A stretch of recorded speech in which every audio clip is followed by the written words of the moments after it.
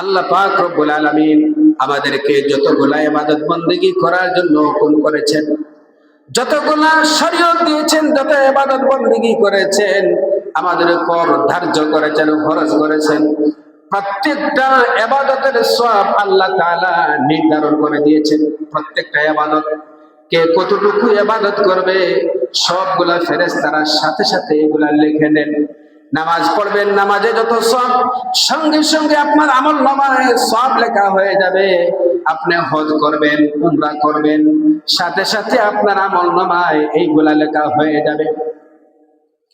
যাকাত আদায় করবেন, সাদকা করবেন, অন্যের উপকার করবেন, মা বাবার খেদমত করবেন, পাড়া প্রতিবেশীর হক আদায় করবেন, মানুষদেরকে সাহায্য সহযোগিতা করবেন। যতগুলা ইবাদত বন্দেগী আমরা করি, প্রত্যেকটা ইবাদতের সওয়াব ফেরেশতারা রেকর্ড করা হচ্ছে, লেখা হচ্ছে, সঙ্গে সঙ্গে ফেরেশতারা আমলনামার ভিতরে সওয়াব লিখে দেন।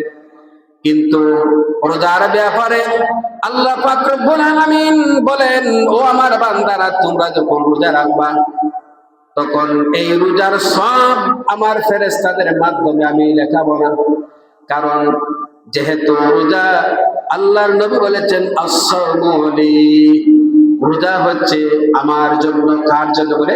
রোজা হচ্ছে আল্লাহর জন্য। আল্লাহ পাক বলেছেন, বান্দা যদি রোজা রাখে তাহলে আমার জন্যই রাখবে। কোন মানুষ রোজা মানুষকে দেখাইয়া রাখে না। কারণ হচ্ছে রমজান শরীফে রোজা রাখিয়া কেউ যদি ঘরের ভিতরে অথবা পানির নিচে যদি ঢুক দিয়ে পানি খায়, তাহলে বলে কেউ কি দেখবে? যদি বলে মানুষ দেখবে না, কোনো মানুষ দেখবে না, কেউ দেখবে না, ঠিক কিনা? একমাত্র কে দেখবেন? আল্লাহর জন্য। ঘরের দরজা জানালা বন্ধ করিয়া জনমের মতো খাইলো, ইচ্ছা মতো খাইলো, বউ টের পাইলো না, ছেলে সন্তান কেউ টের পাইলো না, ঠিক কিনা? কিন্তু কোন মানুষ যদি বলে আমি রোজা, এই কথা বিশ্বাস করতে হবে অবশ্যই সে রোজা রেখেছে।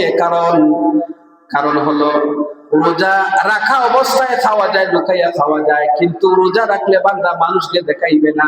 রোজা রাখছে তো আল্লাহ পাক রব্বুল আলামিন, আল্লাহ পাকের খুশির জন্য রেখেছে। এই জন্য আল্লাহ পাক রব্বুল আলামিন বলেছেন, প্রত্যেকটা ইবাদত বন্দেগীর সওয়াব আমার ফেরেশতাদের মাধ্যমে নির্ধারিত করে লেখাই, কিন্তু একমাত্র রোজা। কারণ as-sawmu লি, রোজা আমার জন্য, ওয়া আনা আজজি বিহি, এই রোজার প্রতিদান আমি আল্লাহ পাক রব্বুল আলামিন আমার বান্দা বান্দীকে আমার নিজ হাতে দান করব বলে সুবহানাল্লাহ। শুধু তাই না, অন্য রায়াতের ভিতরে এসেছে, ওয়া আনা উজজা বিহি, এই রোজার প্রতিদান স্বয়ং আমি আল্লাহ পাক রব্বুল আলামিন আমার বান্দার জন্য হয়ে যায়। আল্লাহ পাক বলেছেন, রোজার প্রতিদান আমি নিজে আল্লাহ। সুবহানাল্লাহ।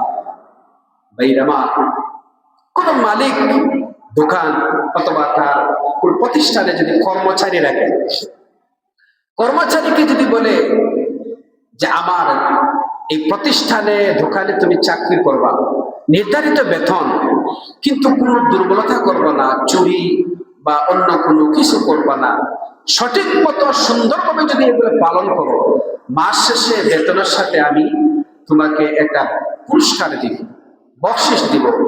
তাহলে মালিক যখন বলে তখন মালিক মালিকের মতোই দিবে, ঠিক কিনা ভাই? মালিক মালিকের মতোই দিবে একটা বকশিস। সুতরাং আল্লাহ পাক বলেছেন, রোজার প্রতিদান আমি নিজেই হয়ে যাব। সুবহানাল্লাহ। নিজেই যদি আমার প্রতিদান হয়ে যান, তাহলে আপনার আমার আর কোন সমস্যা আছে? যদি বলেন প্রধানমন্ত্রী যদি বলে মিয়া এই কাজ কর, আমি তোর সাথে আসি, তাহলে ওই ব্যক্তি ওই কাজটা করতে তার কোনো ভূতে আসবে? স্বয়ং প্রধানমন্ত্রী যখন আমাকে শেল্টার দিচ্ছে, তখন আমার সমস্যা কি? ঠিক কিনা? আল্লাহ পাক বলেছে যে রোজার প্রতিদান আমি আল্লাহ পাক আমার নিজ হাতে দিব। সুবহানাল্লাহ।